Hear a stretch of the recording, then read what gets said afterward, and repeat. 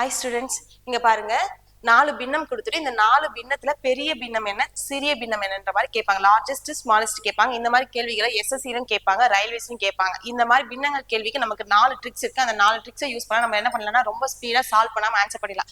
First trick ஓகேவா? இந்த கொஸ்டின்ல என்ன அந்த ஃபர்ஸ்ட் ட்ரிக்னு பாத்தீங்க அப்படின்னா, ஒவ்வொரு பின்னத்துக்கும் தொகுதிக்கும் பகுதிக்கும் நம்ம என்ன பண்ணணும் அப்படின்னா வித்தியாசம் பார்க்கணும். 3க்கும் 4க்கும் வித்தியாசம் 1, 1க்கும் 2க்கும் வித்தியாசம் 1, 7க்கும் 8க்கும் பாத்தீங்கன்னா வித்தியாசம் 1, 5க்கும் 6க்கும் வித்தியாசம் பாத்தீங்கன்னா 1. ஓகே, 1 தான் வரணும்னு கிடையாது, ஆனா வித்தியாசம் எல்லாமே சேமா இருக்கும். அப்படி இருக்கும்போது தொகுதியில எந்த வேல்யூ பெருசா இருக்கும், 3 1 7 5, இதுல பெருசு எதுன்னு பாத்தீங்கன்னா 7. அப்ப இருக்கிறதே இந்த 4த்துல பெரிய பின்னம் என்னன்னு பாத்தீங்க அப்படின்னா 7/8. அப்ப லார்ஜஸ்ட் ஃபிராக்ஷன் பாத்தீங்கன்னா 7/8.